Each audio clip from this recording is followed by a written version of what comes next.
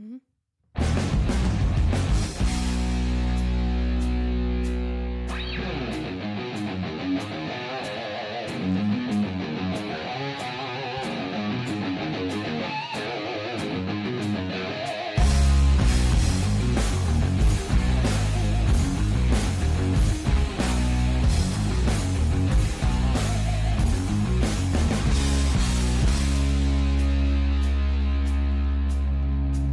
Welcome back to Build Better, everybody. Today we have a very special show. We have an in-studio interview with my good friend, Heather Ruby. I am not going to do kind of a traditional bio to lead you in because your story is too interesting to just spit out a quick paragraph. So what I will say, Heather Ruby is the CEO of ARC Engineering Solutions based in Howell, Michigan. And here's what I really like, and we're going to get into it in detail, but you don't come from an engineering background, but No. you own an engineering company. So why don't you, first of all, welcome to the show. Thanks for having me. You're very welcome. Why don't you give us like the 1 minute story on Heather? Who are you? How did you get into ARC? And then we'll kind of pick it apart as we go. Okay. Well, I married my husband, the engineer, and I was staying at home with our kids. I was 7 months pregnant with our last baby. We have 4. And Eric called me one day in the middle of the day and he was like, "Are you sitting down?" I'm like, "I'm just pulling into the garage, taking our youngest home from daycare." And he's like, "Well, I just lost my job." And I'm Oh like, boy. "What?" And he's like, "But I kind of want to do my own thing. What do you think?" And I'm like, "Okay. If anybody can do it, I know you could do it. Let's go." His dad had passed away, unfortunately, like the year prior. So between my awesome mother-in-law and him, we got started with a little bit of insurance money to start ARC. And then I slowly became more involved as my kids got older and it got easier. So Okay. I graduated from Michigan Flint. Go blue. And I have the business side of things. So I'm doing the boring stuff. Depends on who you ask. Yeah, it's not boring. So that was what, 10 years ago? 12? That was in 2013. Oh, wow. Okay. Yeah. It's been a while. So that's a hard call to make for Eric. That's a hard call to receive for you. Yeah. What was his, because, full disclosure, I know Eric pretty well. He's one of my good buddies. He is not your typical stodgy, boring, personality-less engineer. He's No. like the anti-engineer engineer. Yeah. He's like a weird hybrid. Like he does sales better than most people I know. Engineers are not usually salesmen. No. And he is just, he's got this brain that he can do all of the engineering. That's his like training, but he was born to be a salesman. I would totally agree. Totally agree. So how was that phone call? Was he his normal upbeat, joking self, or Yeah, was he was shitting like, his pants? well, to me, because I was pregnant and hormonal with a baby number 4. Yeah. And I'm like, Perfect timing. oh, and I'm thinking, well, I can't get upset because he's probably upset. And what are we going to do and everything? So I'm like, oh, okay. And I really knew, I'm like, if anybody can do it, 100% he can do it. He already had a plan and a job lined up before he called me. He was ready to go. Wow. So the place he got let go from was just downsizing. So he didn't it wasn't a bad breakup. It was a it's me not you situation with the So he called a guy he had been working with and he's like, "Hey, do you still need help with this project?" And the guy was like, "Yeah." And Eric's like, "Okay, I'll help you." And I got a couple of guys, and at the time he was teaching at Washtenaw, just kind of for fun and he knew 2 kids there that he thought were really smart, and he called them and he was like, "Hey, you want a job?" And they were like, "Okay." And they were still in college, and those 3 worked our first summer like a gajillion hours a week, I don't know, down in Ohio. They were driving like 2 hours or however. Someone will probably hear this and correct me, but it was a long commute there. Yeah. And they worked all day in this nasty plant. And then they came home and did it again all week long. These guys, our first summer just kicked butt and really got us started. So that is like true entrepreneur story. Like jump in head Yeah. first into a pool that you don't even know if it has any water. Oh yeah. Wow. It was terrifying, but then I remember I was like our house at the time, we had a really long driveway. And so I would walk down and get the mail with the kids. It was like a little walk. Yeah. And I remember getting our first check in the mail and it was $47,000. And I grew up like humbly. Sure. This was like the biggest amount of money that I'd ever seen in my life. And I'm like, oh my God, we did it. Like it's working, you know, because you're billing when you've never billed somebody before, you're kind of like, oh, I hope they'll pay this. I hope they pay. Yeah. And then when they do, you're like, shit, it worked. Yeah. So this is going to be a fun conversation. I'm in construction, obviously. I run a construction company, which is vastly different from a trade perspective than what ARC does, what you guys do. But so much of it is very similar. And that billing side of it, the wondering. Yeah. I remember the first time I submitted an invoice to a client that was over $1 million, and I was shitting my pants. Oh yeah. And typically back then our terms were 30 plus days. So for like a month, I'm just sitting there wondering. Yeah. And in our world, I'm guessing it's probably similar to yours. We've already spent that money. Oh yeah. Like it's gone. Yeah. And I owe 90% of it to vendors and subcontractors. And the feeling of seeing that check come in or hit the wire, like Yeah. it's unbelievable. Yeah, totally. And I think I just saw last night, I was like doom scrolling on Instagram and sometimes Shouldn't do that, by the way. I know, but I was like into it. Noah Kahan's new album just came out and it's like very emotional. And so I've been seeing that, but a business owner thing came up in my feed probably to break up my depression scroll. And it was like this guy and he's like, have you ever done the middle of the night payroll calculations in your head? He's like, if you're not a business owner, maybe you're not aware of the 3 a.m. calculations that we do in our head. And we're like, if the Johnson invoice hits on Tuesday, then we should be okay by Thursday. But if that one doesn't hit and the Smith one hits, then I might need to borrow money or whatever. I'm like, oh my God, I'm so related. Like, this is so relatable. It's so true.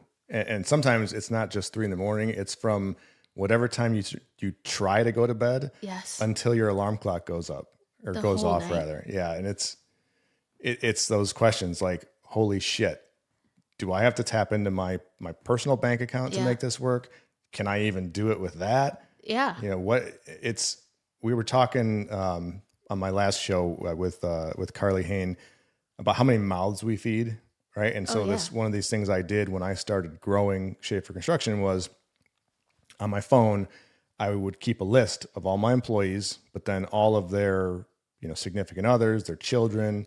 And I just had this tally. And every morning I'd wake up and I would say, okay, I've got 34 mouths that depend on me to put food on their plate. And I don't look at it every day anymore because I'd go insane, but it's still like it burns into your psyche, right? Because it's you. You Right. are responsible now for all these people and all their people's people. And it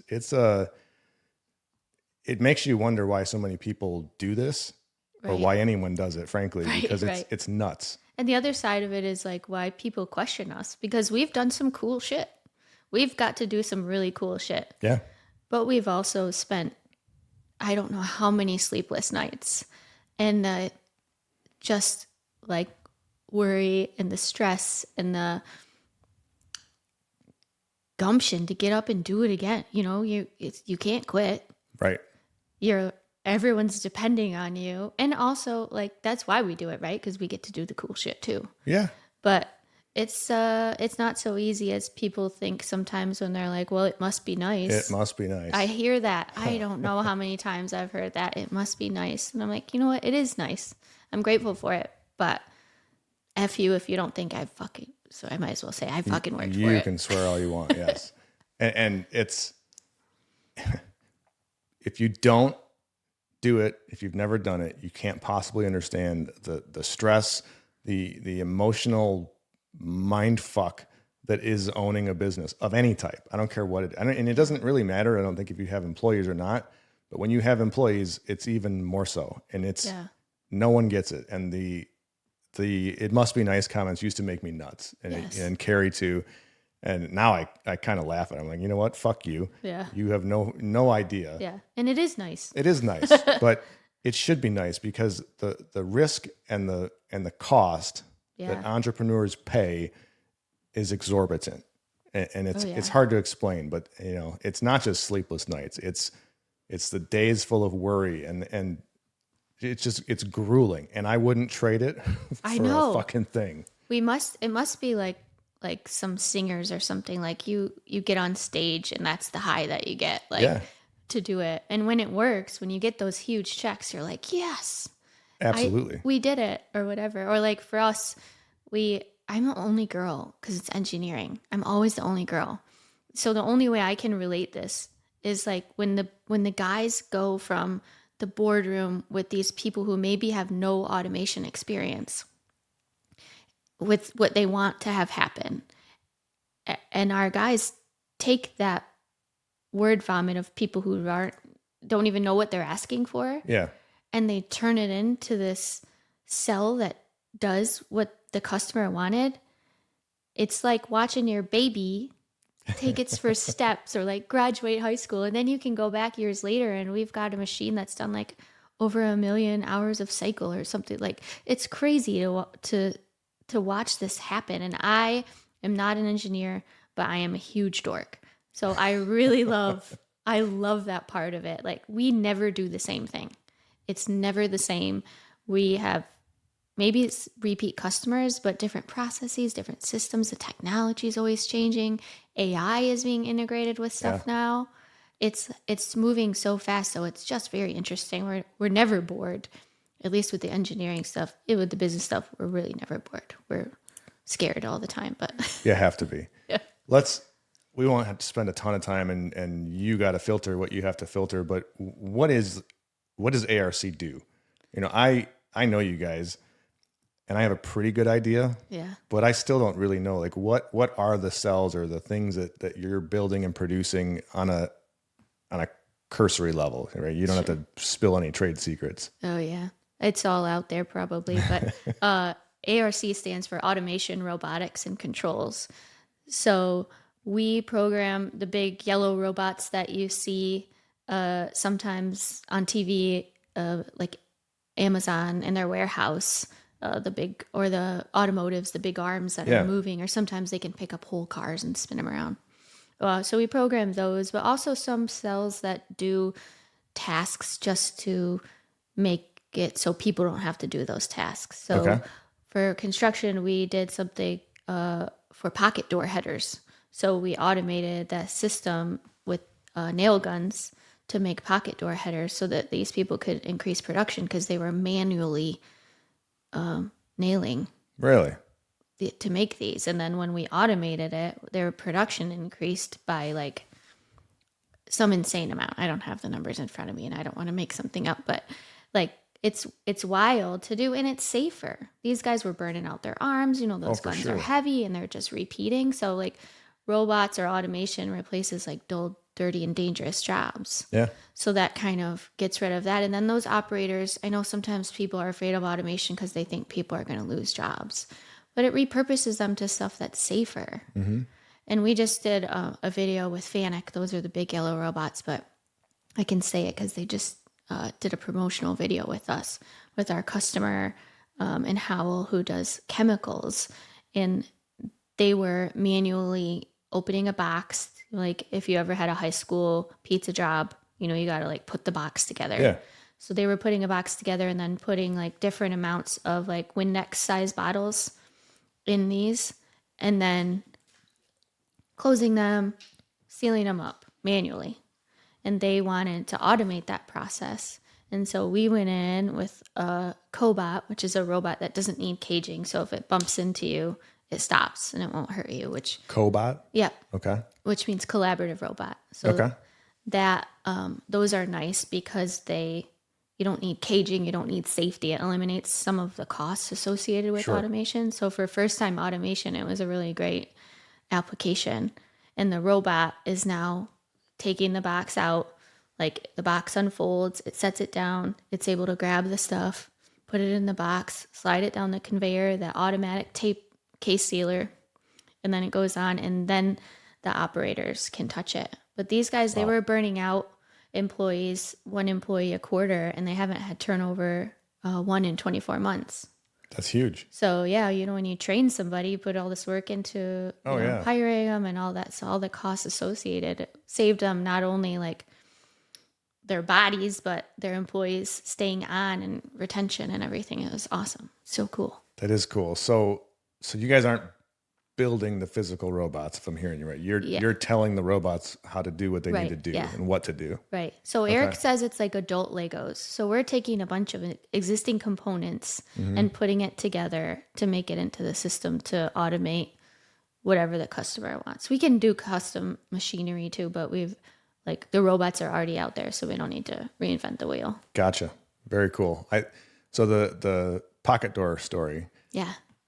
I won't say the name, but did you do this for a company locally? Yes. Howell area? Yep. Okay. Yeah, I know them. Good folks. Yeah. And I've seen their production system, and I remember talking with the guys I was walking through with, and they were amazed by it.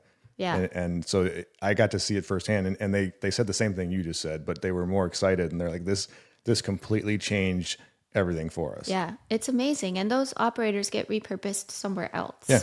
It's not about taking jobs away, but it's about making jobs safer. Well, and that's what we're doing with AI in a lot of cases. Now, there are cases where it is replacing people, but like what we're doing at Schaefer, and we're trying anyways, is like, if we can take AI and do all the repetitive bullshit, nasty tasks that no one wants to do, like invoicing, or ARAP, like the shit that just, it's not fun. But then we can take the person who was responsible for doing that, and they can now do something else for us, or they can focus on, their working genius and do something different. So it's kind of the same idea, I think, with robotics. Yeah, no, totally. AI is making it more accessible, I think, to everybody. And I think a lot of people are still afraid of it. And once you realize what it can do, maybe it's a little scary. I mean, I say please and thank you to ChatGPT so that if they do come, it doesn't go after me, because I was very polite. But I think once you realize everything that we can do with it, it's amazing. And you have to get on board, because you'll be left behind. Like, just like if, our parents didn't use computers. Exactly. We're in the same spot. And our generation, I think, is really cool. We saw the internet come to life. Like, we've been here. And how many people said the internet was just a fad? It would go away. Yes. It was, I think maybe that's why a lot of us are dorks. Because Probably. we're like, what? Our minds have had to expand so much over how things were before with our parents. And with AI, it's here. The toothpaste is out of the tube. I know. It's never going back in. And you said it, but if you don't get on board and figure it out now, you will be left behind. Yeah. And it's in every industry. And that's a great segue. Thank you. You're welcome. Construction is one of those spaces where AI, where technology, where robotics, it's still far off in a lot of people's heads. There's cool videos of robots stacking bricks and stuff. Yeah. People don't think it's ever coming for the construction space, and that, somehow we're insulated from the robots taking over jobs. And I do think we are in certain fashions, but I do want to hear your opinion, because I've seen some stuff and we've talked about it, and Eric and I have talked, but I do think there are some pretty neat, robotics, I guess, some neat automated systems that are helping our industry already. Yeah. I know Caterpillar, the big equipment manufacturer, for one, has fully autonomous earthworking equipment, and they use them over in fucking Dubai or whatever. But there's a dude in a comfy room like this, air conditioned, and he's 2 million miles away. That's so cool. And these are big machines, excavators digging massive, and this guy's just sitting there driving it from a video game. So what do you see for our space? Have you guys touched any of that stuff, or do you just, you got to know about it because you're in that world. So I'm curious. We're interested in all of it. So I was just looking last night, I saw this little, like a Roomba, but it draws out the floor plan on the floor of construction Is it sites.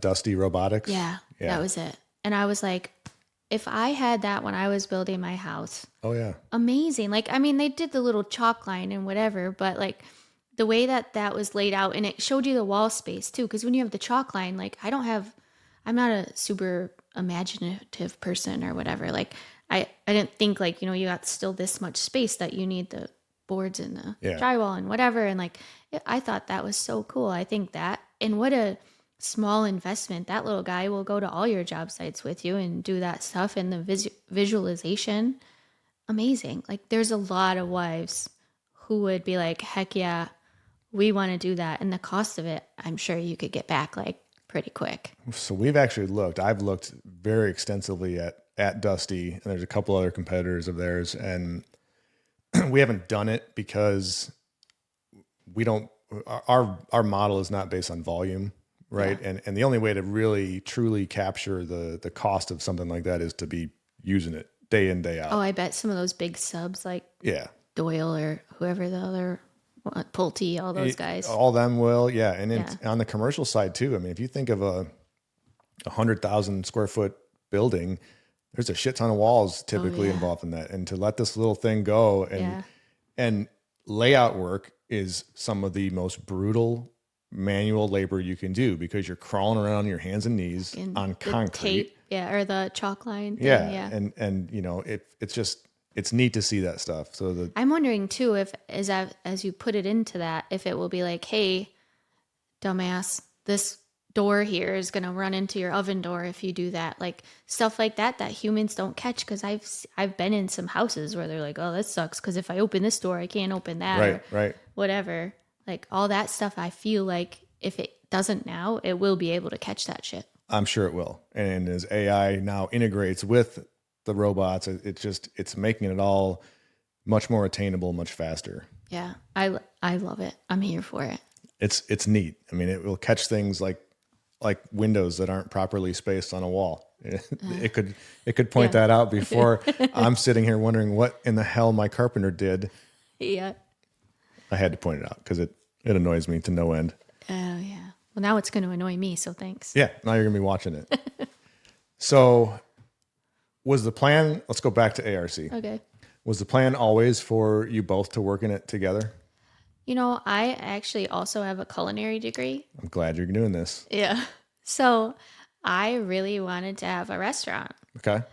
But at the time when we started ARC, like I had a baby when we first started it. So like Eric was home for probably a couple of days and I was in number 4. So I'm like, fuck it, go back. We need the money. We hope it's coming. I got a newborn. But he said, if you want to do a restaurant, like maybe we could go that route too. And I'm like, no, are you kidding me? I have little babies. And I had 4 kids, 4 different schools, like and you guys know what it's like. It's a lot to do. So it was easy for me to slowly join into the business and do more as they got a little bit older. Okay. But my big dream is to like retire from ARC or whatever and then have a little tiki bar on a beach somewhere and make tapas and serve drinks and talk to people all day. Like that's my retirement. That sounds awesome. Yeah. You'll have to let us know what beach that is because we'll come and join you. We'll visit. I'll mark your names on the bar stools. You'll be like Kenny Chesney in St. Croix or wherever he goes. There you go. That'd be awesome. Yeah. So let's get into the working with your spouse thing a little bit because Carrie works, she's technically an employee. I mean, she owns Schaefer with me. She's an employee. It wasn't always like that from the start, but as we kept growing and things just got too much for me to handle, she started doing more and more and more. She was always doing it on the backside, right? Kind of hidden and like helping me and keeping my shit straight and keeping me from going insane. But as the business kept growing, she was physically doing more on the front end of the business. So right now, I think we call her I don't even know what we call her by title, but she does a little bit of everything. Yeah. She's kind of our HR department. She helps with, onboarding new employees. She does all of the payroll. She does a whole shit ton of stuff for us. And it's a different organism. It's a different animal altogether when you work with somebody. You own the business. Yeah. And so you have that crazy entrepreneur like that never shuts off. Yeah. And then B, you're also kind of working side by side or, in lockstep with each other. I've got my own thoughts, obviously, but I'd love to hear yours. Like how was the transition into that when you started and how has it evolved and grown? Like, how is it today? I think ours was slow, sort of like yours. Like he just needed more help. So I would like just start to do more. And then like a lot of our stuff is so social. Like the engineering automation industry is pretty small. So Really? everybody knows everybody. Like yesterday, I just went to a meeting and we literally like hugged and kissed everybody goodbye. Or well, I did. They're all like Eric isn't kissing everybody, but like it's so small and you know these people for years and all these relationships. So I was always like, if we were taking somebody out to dinner, I was always there, and I'm pretty easy to talk to, I think, or I like to talk to other people. So Yeah. like, it just helped I develop relationships. And then as I started like going to sales calls and things with Eric, I would learn more. And then I got more confidence as I knew more and I knew more people. So I was comfortable. And then it just kind of kept growing like that. And it's pretty, I mean, sometimes it's annoying. Sometimes I'm like, I wish you would go to work and like get out of my hair. Like we need a break. But most of the time we always want to hang out anyways. I mean, Yeah. sure, it's not perfect. We don't get along all the time, but sometimes I'm like, you fucked that up. That's a work thing, like either way, it's all our livelihood too. So it's nice that we both get it. Yeah. It's nice that we both can take turns in the middle of the night or be in the middle of the night together going, do we need to move $6,000 or whatever it is, like where we understand. Because I don't know how people who one's doing it and the other one has a regular job and doesn't have that mindset. I can't imagine the fights that you could have when you don't get it. No. And I think that's what spawned Carrie really coming closer into the business, because I've got some buddies who have this rule, right? They take work and they're entrepreneurs. They own things in the construction space, but they pull their truck in the garage. They'll, leave their phone in their truck for 2-3 hours and they just shut it off and they go inside and they're great husbands, fathers, whatever.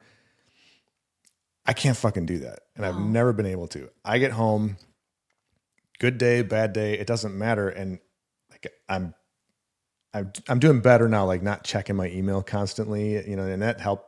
Part of that was like building a team that can take on some of this people stuff. you can trust, yeah. But it never leaves my head. And, our conversations were 90% about business. Yeah. And it was just constant to the point where our kids were like, do you guys talk about anything? Do you do anything other than Schaefer Construction?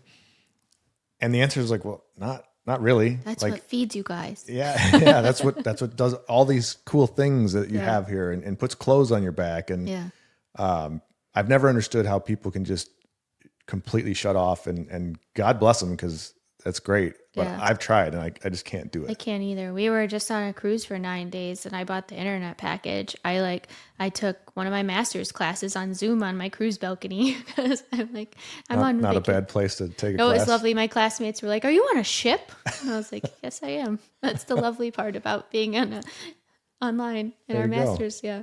Did you tell them it was yours?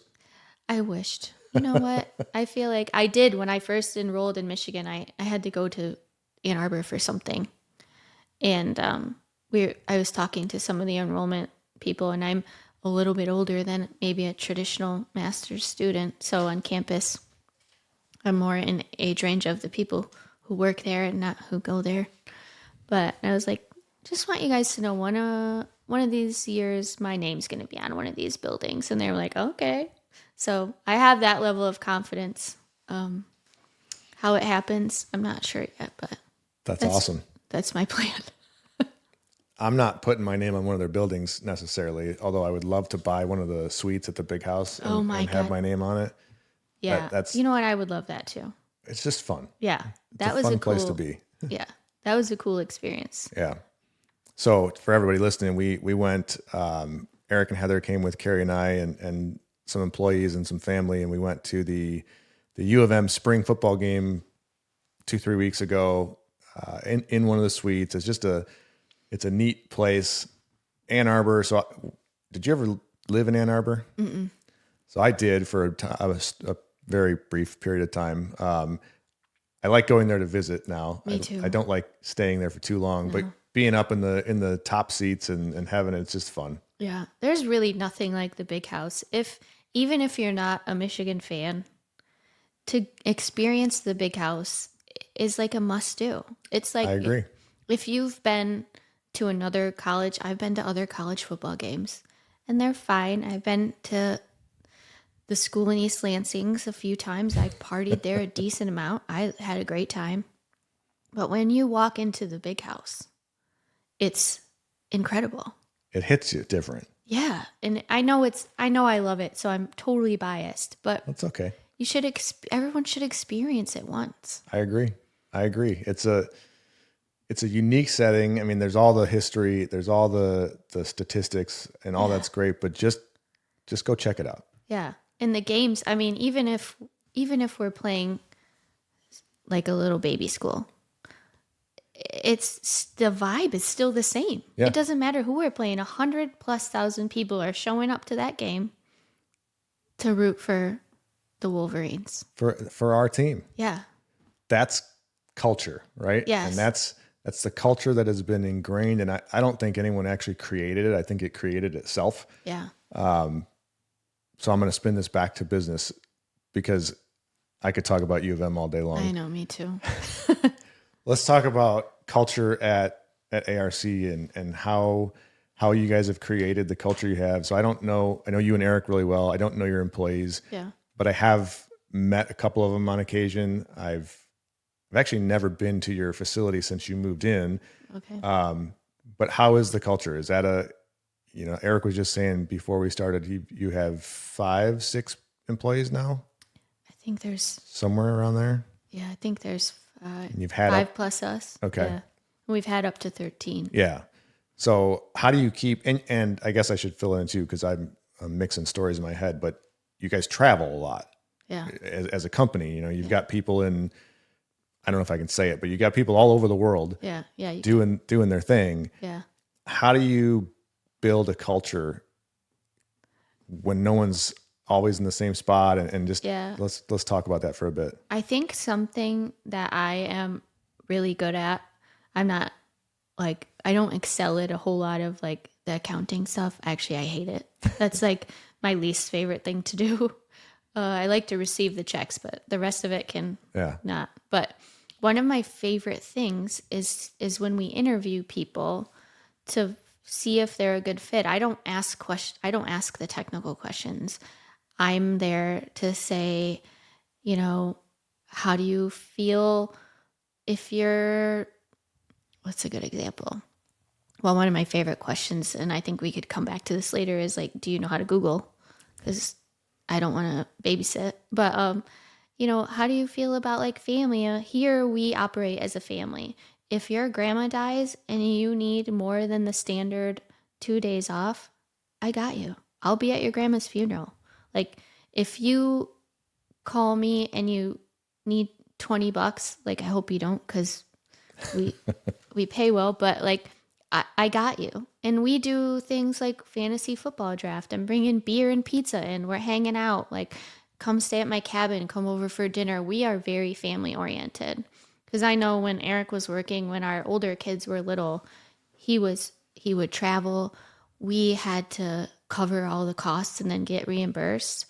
And for us, that was like devastating. I mean, that was really hard. Oh yeah. We were at home, I was home with the kids thinking, shoot, do I have enough gas to get them to school a couple of times? We started really not having a whole lot. And I never want my employees to feel, I even hate calling them my employees, my team, to feel that way, like that desperation that we've felt in the past. And we want to make sure people are team players. Like, if I call any one of our guys right now, they will pick up the phone. I don't have people on my team that don't answer after 5, but I don't abuse that. I don't right. call them after 5, but and if one of their coworkers calls them, they're answering. You know, I've got guys who are helping other guys move because we've developed this culture that feels like family. And we try to take care of everybody too.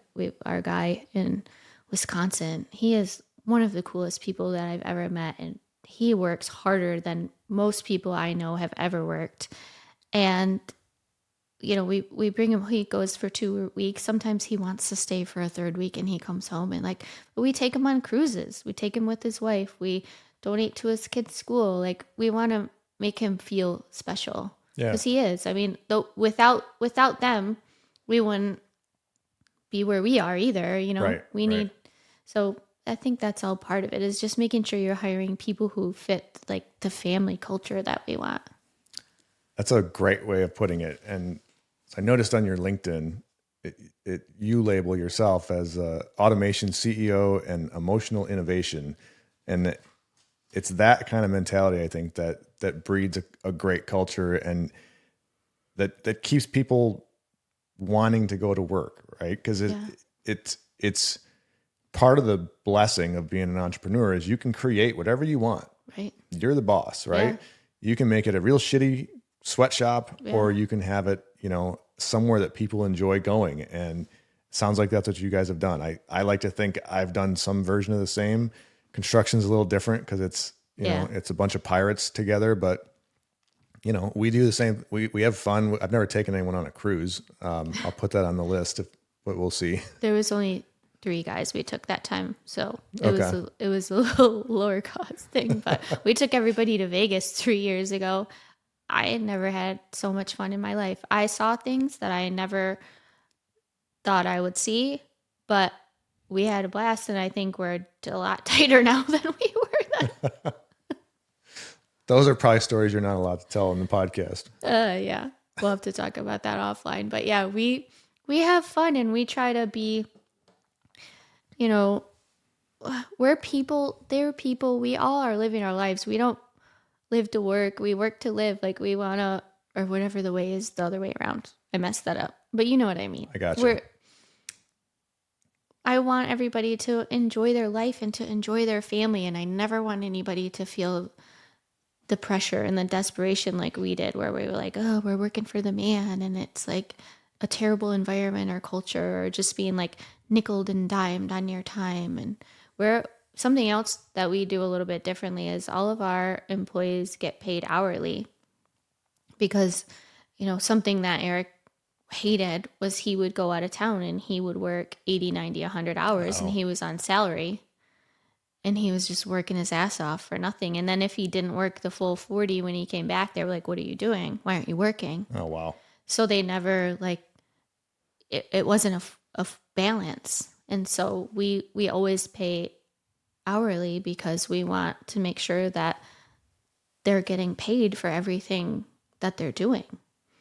And we have a lot of really great people who have been on with us for a while. And I feel so lucky that I get to be a part of it. I feel like the room mom. The room mom. That's awesome. Well, that's cool. You're obviously doing a great job on the culture side. You guys are killing it in business. It's fun to watch from our side of the table. We're coming up on time here somehow already. What else do you want to talk about today? Anything? What was it that I said we would come back to earlier? Oh, can you Google? I don't know if you experience this too, but for us, sometimes we have people, and you think like on paper, these guys look great, or girls very rarely.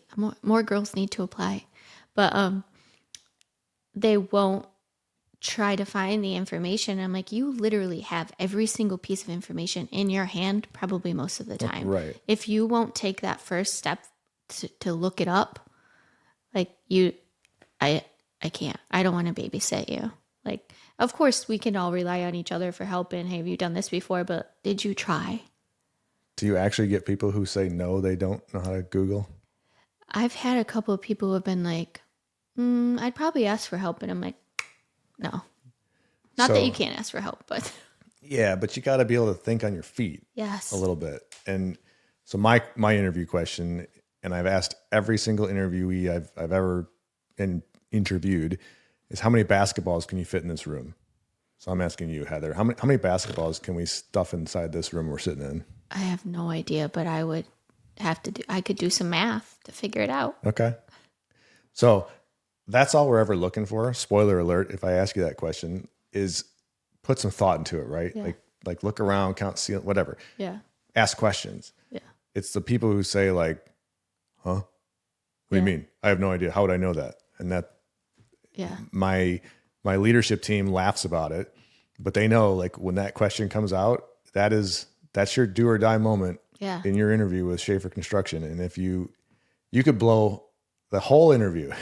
Yeah. And if we get to that and you actually show that you're a creative thinker and that you can solve problems, I don't know that I'd hire you if you blew the whole interview, but you got a really good chance. Yeah. We hired a guy out of the meat market at Meyer. We've hired bartenders that we've just talked to. Like if you have something, that's one thing he's really good at. He's like, I bet you he can do this. And so like our guy out in Wisconsin, he was an auto mechanic, like fixed our motorhome. Awesome job. Eric's like, I bet you he could do what he did. And then Eric said, if you're ever looking for a job, call me. And he called, and he is incredible. That's like awesome. If you've got it, you got it. And I don't care what your background is, or if you had a shitty GPA or you didn't graduate or whatever, if you can do it, if you can learn. Yeah. That's very cool. Yeah.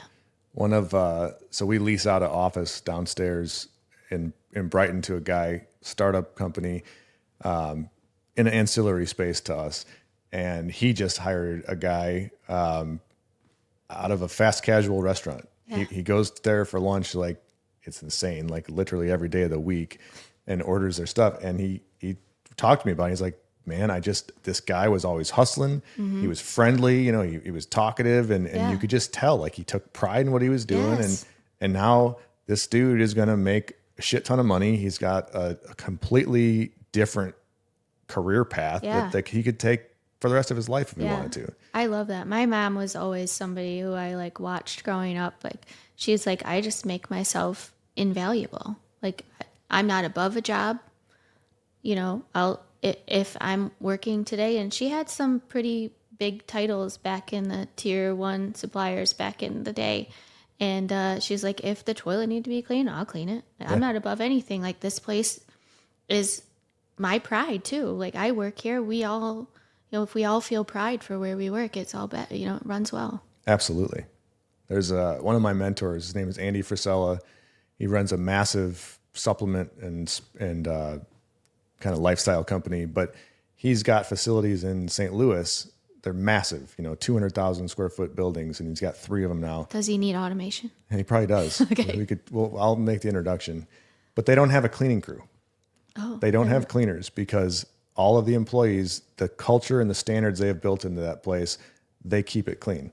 And it's, if you spill water on the counter after you wash your hands in the bathroom, they clean it up, they wipe it up. And you walk through this place, and I've been there a couple times now. It's immaculate. That's awesome. And they've got employees anywhere from, 18-year-old kids to, adults and people about to retire. So it's neat. And when you push that culture and you push that pride of ownership into everybody, it makes it more fun too. Yeah. Yeah. Nobody is ever like, well, he did or she did or nobody helped or whatever, you know, everybody is working together, and like that family atmosphere, we all need each other. We all care about each other. So let's take care of each other and be there. Like last year was the hardest year of my life personally and professionally. Like, and our guys stepped up. I wasn't in the office for weeks at a time, and they just took care of it. They did anything that needed to be done when I couldn't be there. And like, I've thanked them. I'm the only one who cries too. I mean, I've thanked them so many times. I'm sure they really love to see me cry, but it's awesome that we have, how lucky are we that we have this team that we could really lean on. Yeah. That's very cool. Yeah. Well, Heather, this has been a great conversation. How do people get a hold of you if they want to chat? So we have a website, www.arcengSolutions.com.